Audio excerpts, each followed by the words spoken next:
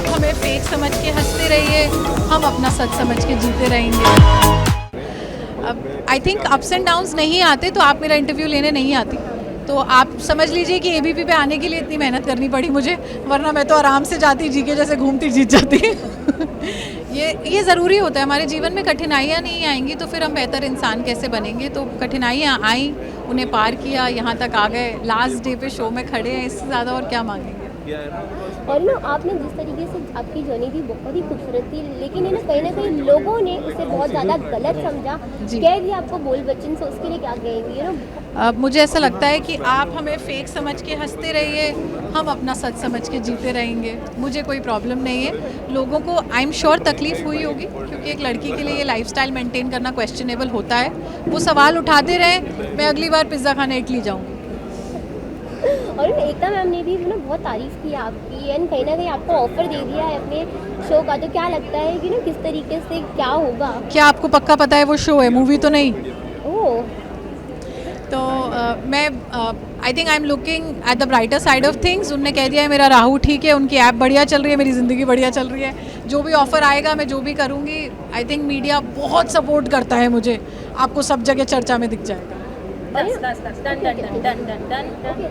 Last question.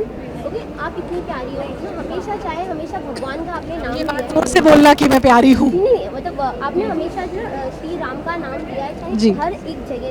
जी। लेकिन कुछ लोग हैं जो बहुत ही ज़्यादा नेगेटिव बोल रहे हैं आपके लिए, जिन्होंने जी। कह दिया कि आप कुछ ब्लैक मैजिक वगैरह कर। जी, तो जी। उन लोगों के लिए क्या कहना चाहिए? कोई बात नहीं, उन लोगों को ये कहने दीजिए। और मैं चाहती हूँ कि ये बात उठती रहे कि मैं ब्लैक मैजिक करती हूँ, क्योंकि मुझे ऐसा लगता है कि कुछ तो मैं करती हूँ यार, वरना सब लोग मेरी ही बात क्यों करते हैं। मुझे भी अपने आप पे डाउट होता है। मुझे लगता है कि मैं जादू करती हूँ लोगों के दिल जीतने का, और वो जादू मेरा बहुत अच्छा चल रहा है। क्योंकि आप कितनी भी कोशिश कर लो, आपको पता है कि वो लड़की सच्ची है, 100 दिन वो झूठ नहीं बोल रही। 100 दिन कोई जय श्री राम भी झूठा नहीं बोलता। सबको सब समझ में आ रहा है, पर वो सवाल इसलिए ही उठा रहे हैं क्योंकि वो सच को एक्सेप्ट नहीं कर पा रहे।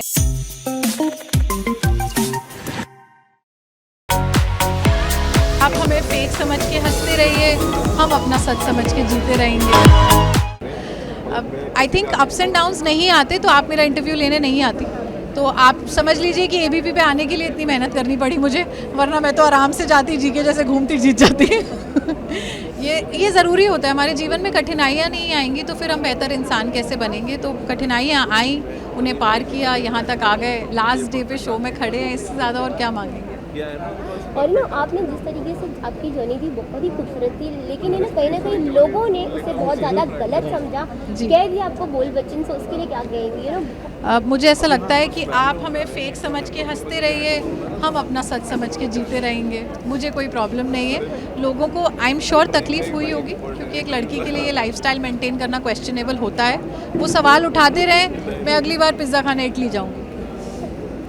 और ना एकता मैम ने भी ना बहुत तारीफ़ की आपकी, एंड कहीं ना कहीं आपको ऑफर दे दिया है अपने शो का। तो क्या लगता है कि ना किस तरीके से क्या होगा? क्या आपको पक्का पता है वो शो है, मूवी तो नहीं? ओह, तो मैं I think I am looking at the brighter side of things. उनने कह दिया है मेरा राहु ठीक है, उनकी ऐप बढ़िया चल रही है, मेरी ज़िंदगी बढ़िया चल रही है। जो भी ऑफ़र आएगा मैं जो भी करूँगी, आई थिंक मीडिया बहुत सपोर्ट करता है मुझे, आपको सब जगह चर्चा में दिख जाएगा। Tania, last question.